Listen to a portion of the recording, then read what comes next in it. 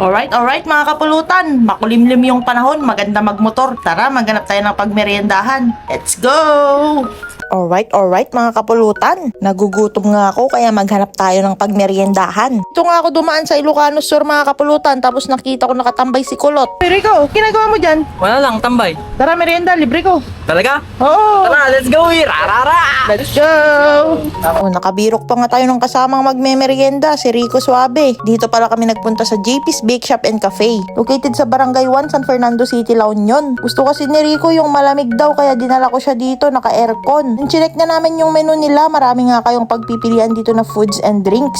Dumiretso na rin ako dito sa counter para mag-order. Shoutout rin pala sa mga staff nila, napaka-accommodating. Then nag-ayayam muna kami dyan ng mga board games habang inaantay yung order. After ilang minutes, dumating na mga kapulutan. Yung in-order ko sa akin, ube cheesecake frappe. Di rin mawawala yung merienda na burger. First bite mga kapulutan, nagdakkel tasubo. Kay Rico naman, umorder siya ng strawberry Oreo at itong Clubhouse. Kung makikita nyo sa SM opening yung vlog ko, andun yung JP's. Kami ring sumuporta sa kanila mga kapulutan, kaya abangan natin yung kiosk nila sa SM La Union. Mas malapit kasi ako sa SM La Union, hindi mas malapit na yung pagmemeriendahan ko. Alright. For dessert, hindi mawawala yung paborito ko dito sa JP's na blueberry cheesecake in a tub. Di siya masyadong sweet kaya nagustuhan ko. Tsaka mahilig talaga ako sa cheesecake mga kapulutan, maski ngayong inumin ko, cheesecake yung pinili ko. Kung pupunta kayo dito, bumili kayo nito, promise, napaka-solid. Nabigyan nga din ako ng freebies, may tumbler, may mug at keychains. Habang marami pang stock na freebies mga kapulutan, sugod na, wala na naman kaming masabi kundi alright.